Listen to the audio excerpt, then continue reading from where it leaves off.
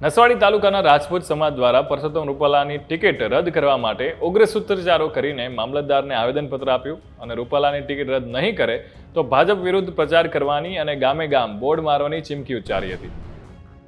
તમે જોઈ રહ્યા છો વાઇબ્સ ઓફ ઇન્ડિયા। મારું નામ છે જયરાજ અને નસવાડી તાલુકાના 210 ગામોમાં રહેતા રાજપૂતો સમાજના આગેવાનોએ ભાજપ સામે જાણે મોરચો માંડ્યો હોય એ રીતના નસવાડીની રેવાજીન ખાતે ભેગા થયા હતા અને ક્ષત્રિય સમાજના લોકો નસવાડી તાલુકા સેવા સદન ખાતે મોટી સંખ્યામાં ભેગા થઈને સૂત્રોચ્ચાર કર્યા હતા અને ભાજપ સામે આક્રોશ ઠાલવતા ક્ષત્રિય સમાજની માંગ છે કે પરસોત્તમ રૂપાલાએ જે ક્ષત્રિય સમાજને લલકાર્યો છે અને અભદ્ર ટિપ્પણી કરી છે તે ટિપ્પણીને માફીને લાયક તો નથી જ।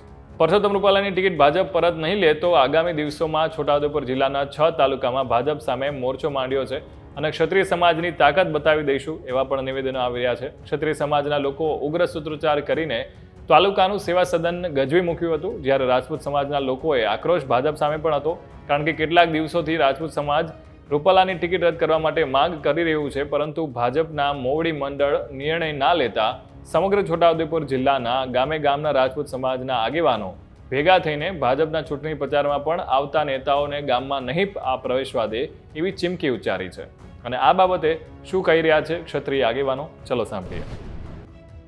હાલની ચૂંટણીની અંદર પરસોત્તમ રૂપાલા સાહેબે જે નિવેદન આપ્યું છે ક્ષત્રિયાણીઓ વિશે, જે કંઈ પણ ભોગે ચલાવી લેવા એવું નથી, જેનું કારણ છે કે ક્ષત્રિયો આજે દેશ માટે કેટલું બધું બલિદાન આપ્યું છે એમને કદાચ ખબર નહીં હોય।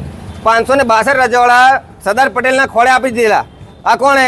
કૃષ્ણકુમારસિંહજી ગોહિલ, જે ગુજરાતની અંદરથી જ પહેલું રજવાડું આપેલું, અને આજે એ જ રૂપાલા સાહેબ ત્યાંના જે સૌરાષ્ટ્રવાસી છે તેમ છતાં એમને આટલો ઇતિહાસ ખબર હોવા છતાં ક્ષત્રિય સમાજ વિશે આટલી અભદ્ર ટિપ્પણી કરે છે, તો એમને કોઈ આ ટિપ્પણી કરવાનો અધિકાર નથી ક્ષત્રિય સમાજ વિશે।